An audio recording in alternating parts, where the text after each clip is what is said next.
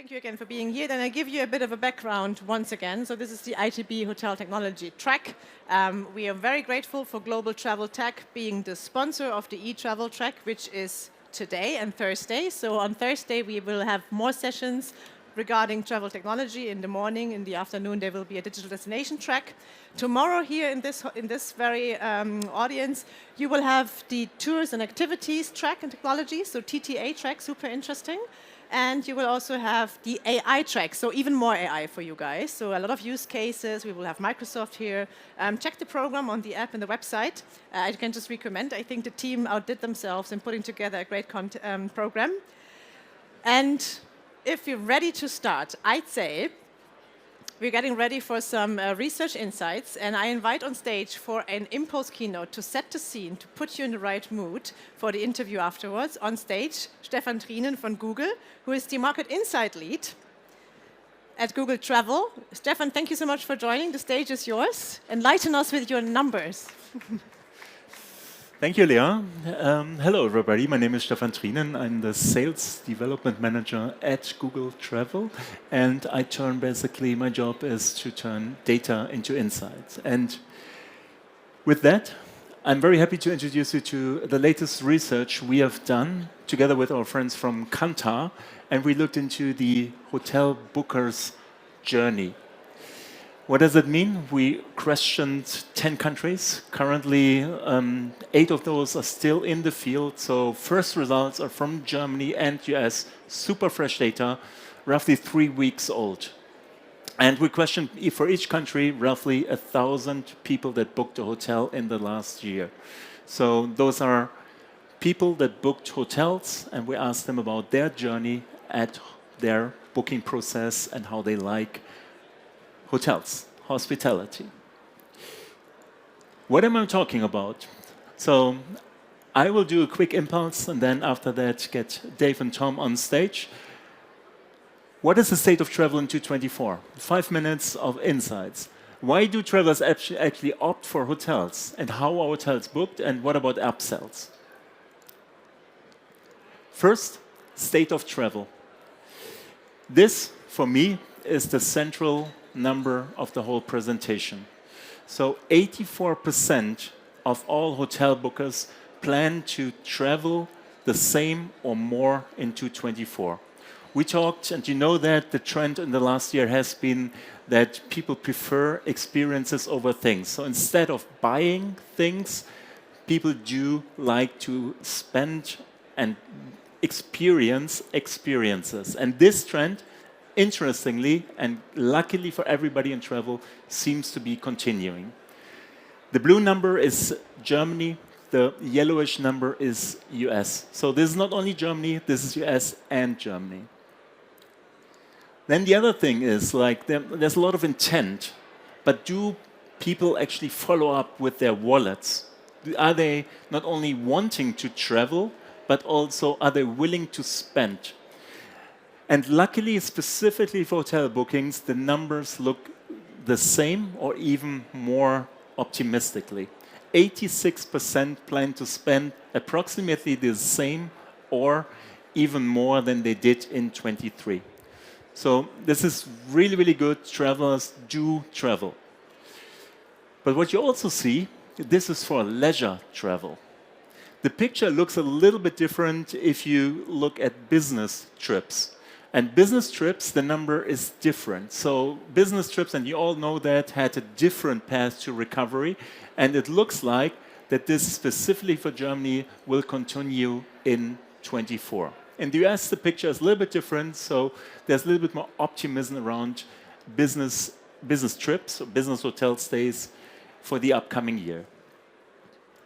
Moving on to why do travelers opt for hotels? 69, 7 out of 10 people have a strong or a slight preference for hotels, meaning hotels is a learned experience. Why do I say that? We did a very similar research last year around vacation rentals, had the same questions, but for vacation rentals. And the same number there for vacation rentals is 35%.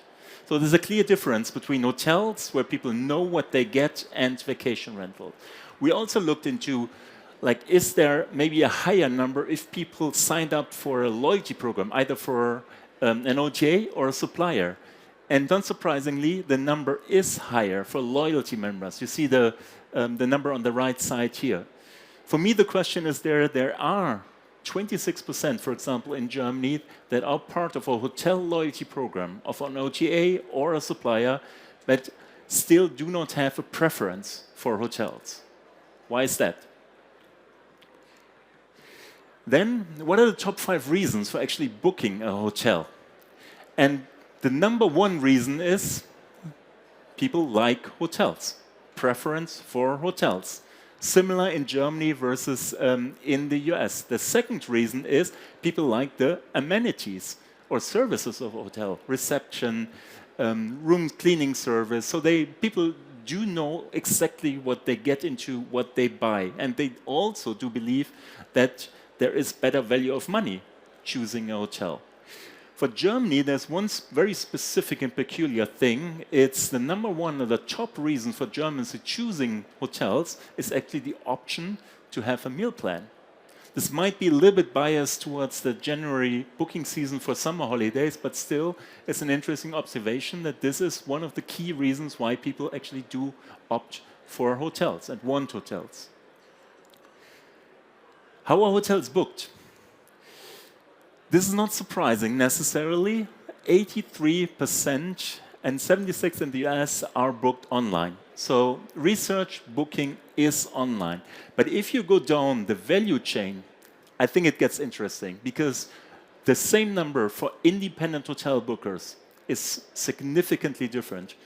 So 1 in 3 hotel bookers of independent hotels, same number in the US and in Germany, actually do still book over the phone, which is, on the one hand, understandable, because for me, that's the value prop of an independent hotel. You can actually talk to somebody, but it might be also because of the technical challenges the smaller hotels do have. Looking at channels, and this might not be necessarily surprising, 2 channels make up 70% of all bookings. And as most of you probably know, there's a difference between Germany and the US, with a lot more prominent suppliers in the US, large chains. So supplier bookings are a lot more prominent and popular in the US compared to the German bookings there. Not final chart on this one, on this section, but for me the second most important number there is, what about consumers? Only 24% in Germany at the start of the research, are decided on the exact hotel they want and the exact hotel they are, and the exact supplier they want to book with. Meaning, 3 in 4 of all consumers, travelers that interested in hotels are not decided. They're in the market, they're undecided, which on the one hand is a huge opportunity for many here in the room to acquire new customers. On the other hand, it definitely is a challenge for loyalty. So final section, how about upsells? I haven't seen a number of the share of standard rooms booked. So how many of your bookings are for the standard room? So since we haven't found a number, we decided to ask. 69% in Germany of the rooms booked are standard rooms. The number is a little bit different in the US, so only 56% are the cheapest rooms booked by travelers.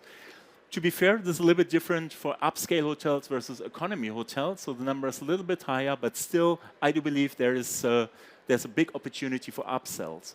So it might make sense to look into the reasons for that. And if you look at Germany, for example, on the one hand, it's the price. So most of the reasons say, I did book the cheapest room because it's the cheapest option. So the question is, did you find the right price point for the next available room, for the premium room, for example? Or is there an opportunity to actually optimize that? I think the second area is even more interesting, because quite a few Germans said that they didn't understand the other options. So do you actually communicate the value of the non-standard room right? Or is there an opportunity, again, to communicate better and by this upsell your rooms, upsell your ADR a little bit more? Wrapping things up, 3 things to take away from my perspective. 1, travelers travel. 84% plan to travel the same or more in 24. A lot of room for optimism there for this year. Second, travelers' money is where their mouth is, so they're not even wanting to travel, they are also willing to follow up with their wallets on that. And third, travelers are undecided. So 3 out of 4 travelers are actually in the market, have not decided at the start of the research on their either hotel or their provider. With that, handing over to the panel with Dave and Tom. Thank you. Yes, thank you so much, Stefan Trienen from Google. I'd say that was very insightful. It's always great to have statistics. And please join me on stage. Sorry. We have David Pavelko from Google, Global Travel Business and Development. And yes, yeah, all good, sorry. And then we have Thomas Meyer, who's the Managing Director of Robinson Club. Great to have you, and we're keen to hear from you how you see all of that evolving around Robinson Club. Thank you. All right. Excellent. Well, thanks, Stefan, for that wonderful presentation, and great to have you on stage together to have a good conversation here. So we've got about 20 minutes. Let's dive in. So first of all, congratulations on your new role. Kind of joining Robinson as Managing Director. So I think it'd be helpful for folks in the room. Would you mind kind of touching on Robinson as a brand and maybe point out a couple of your differentiators in terms of your value proposition? All right, yeah, sure. Thanks all for coming and for inviting me. For those of you who don't know Robinson Club, we're a club hotel brand. In total, we have 26 Robinson Clubs, and we also have another brand, Magic Life Clubs. Makes in total 41 clubs. So we're basically a hotel company, obviously, but that's only the basis. What makes us different is, I guess, the software, the experiences that we put on top of that. Yep. Meaning, for example, we have a quote of roughly 2 guests per employee, so 2 to 1 guest employee rate, which expresses the amount of effort we put into creating experiences, into great service. So we offer up to 64 different types of sports in total, all guided by selected professionals. We are, with the clubs around the world, almost a hub for very cosmopolitical people and who have an active lifestyle. So people who spend their holidays with us prefer experience above things, obviously. So yeah, I think. Yeah, so I'm actually going to work backwards a little bit. So let's go on that point a little bit, where travelers are starting to look for experiences a little more, right? And then Stefan was talking about the upsell. So how do you think about the two of those, where you're used to providing these experiences and your customers are coming to you for those experiences? How do you think about do you think about the room upsell as part of that? So if they're willing to spend more money to have these type of experiences, are they more likely to also look for a better room as part of that? And then how do you upsell them in that process? Yeah, with us, it's maybe it's a bit different from what we saw, luckily. So we see actually that our guests are tending to book not only the standard room, but also more comfortable, bigger rooms, family rooms, suites, all kinds of rooms that we have available. We certainly do a lot of upselling. We see that, for example, in the clubs where we have a good full board, we still do upselling in food and beverage. People tend to spend more on good wines, for example, on food in our restaurants. We have you can select your dedicated room, not a room type, but you can opt for making a reservation in your very preferred exact room that you ever wanted to go to, and so on. And in total, yeah, we're seeing clear uplift in ancillary revenues. Yeah. So when interesting. So I'm thinking about the stat Stefan had about online versus call center, and so can you talk a little bit about your online mix? And then, due to the product type that you have, do you still get a lot of inbound call center calls? And then, how do you think about content to get that differentiation across in terms of those ancillaries you offer? Well, we're lucky, first of all, that we're also, again, with this a bit against the trend, where we saw that in Germany, like 40-something% was sold through online travel agencies. I think we're lucky to have a very strong brand with a strong profile. I would even say with a fan base, not only guests, repeater guests, but really a fan base who, once having spent their holidays with us, they come back again and again. So they obviously book directly with us. They book online. They also book directly in the clubs. They call us. But we're not that much relying on let's say, price comparison and third-party distribution like, let's say, average brands, non-branded hotels. Yeah, so you have a loyalty program, right? So how do you think about the loyalty program in the construct of, I mean, it's a differentiated brand, right? So it feels like they would have a propensity to come back. So how do you think about those in terms of that ongoing communication? And then maybe I'll tie a little bit of technology to this. So you use a CRM, like how do you utilize that CRM to message out to them to continue to bring them back? And then how do you get the new ones in the door and then convert them to loyal? Well, first of all, you're right. We actually do operate a good CRM platform, mostly for communication, but more and more also for individualized, personalized offers.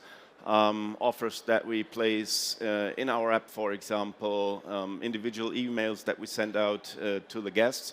And that is not only, let's say, the pre-trip and the after-trip email, but it's rather the customer journey along the year, Yep. Which we accompany and go along with, using all kinds of touch points. There are creating new touch points, and that way maintaining, we have a very long buying cycle, obviously, but to maintain the customer relationship throughout the period between end of last holiday, new booking, next holiday, I think that's something that we manage quite well. Yeah, I mean, I think the word personalization is probably overused a bit, but when you're doing that outreach, do you have certain milestones along the way of like, let's say my family stayed in August. Is there a trigger where you would send me an email and follow up to say, one, hey, how do you like your stay?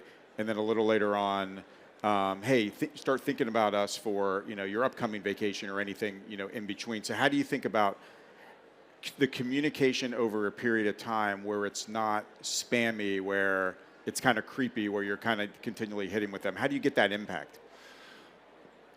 Well, as I said, we have only in total 26 clubs under Robinson, 15 under Magic Life. So that's a relatively small portfolio. And obviously, it's not about sending again and again, this is we offer you Club A or Club B or Club C, but it's rather, for example, pointing at events. We offer a lot of events. Yep. In the clubs and top events with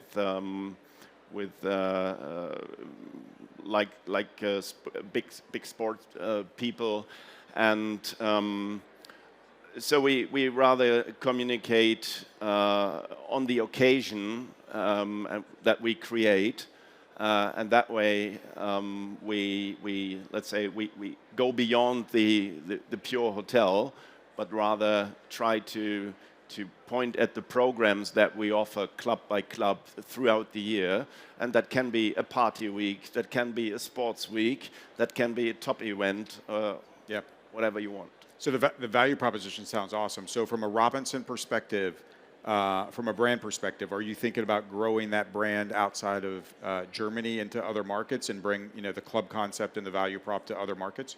Yes. Well, obviously the brand basis, it was founded in Germany, 1970, with the first hotel on Fuerteventura. But since then, we've grown beyond Germany, although Germany or the gas market is still has the biggest share. But with clubs, for example, on the Maldives, in Thailand, or in the Cape Verdes, for sure, we have guests from not only the gas market, but from almost around the world. I just had my holiday in Khao Lak in Thailand, where we had guests from 22 countries actually in the clubs. In the Cape Verdes, I think it's 16. So, and amazingly, although someone would think, okay, that's a German concept, it works quite well even if you go international. So yes, we are looking at further expansion, both in our, let's say, home turf areas, but also in further long-haul destinations. Awesome. Feel free to come to the U.S. a little bit outside of New York City. Well, open up a place there. It'd be great. I guess that's on our list. Yeah, excellent. So let's actually go to the beginning of Stefan's presentation, where he's talking about the fact that Germans in particular, and Americans as well, are very open to travel. I think the number was 84% are want to travel more and willing to spend. How are you seeing that kind of play out at the beginning of the year for you guys? Are they putting their money where their intent is, or are you seeing anything different? No, I can fully confirm that. We have a great development. We had a record year in 23. And again, we're adding significant growth on top of that, both in revenues and also in guests so far. We had a great winter. Summer bookings look good.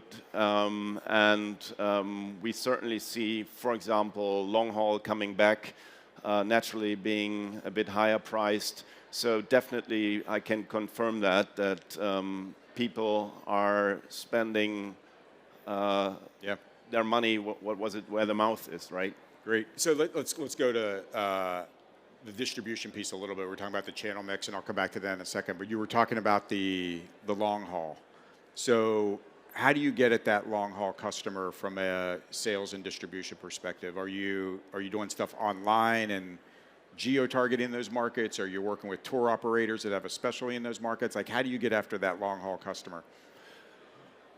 Well, we're in the midst of the expansion process, so we're certainly not done yet.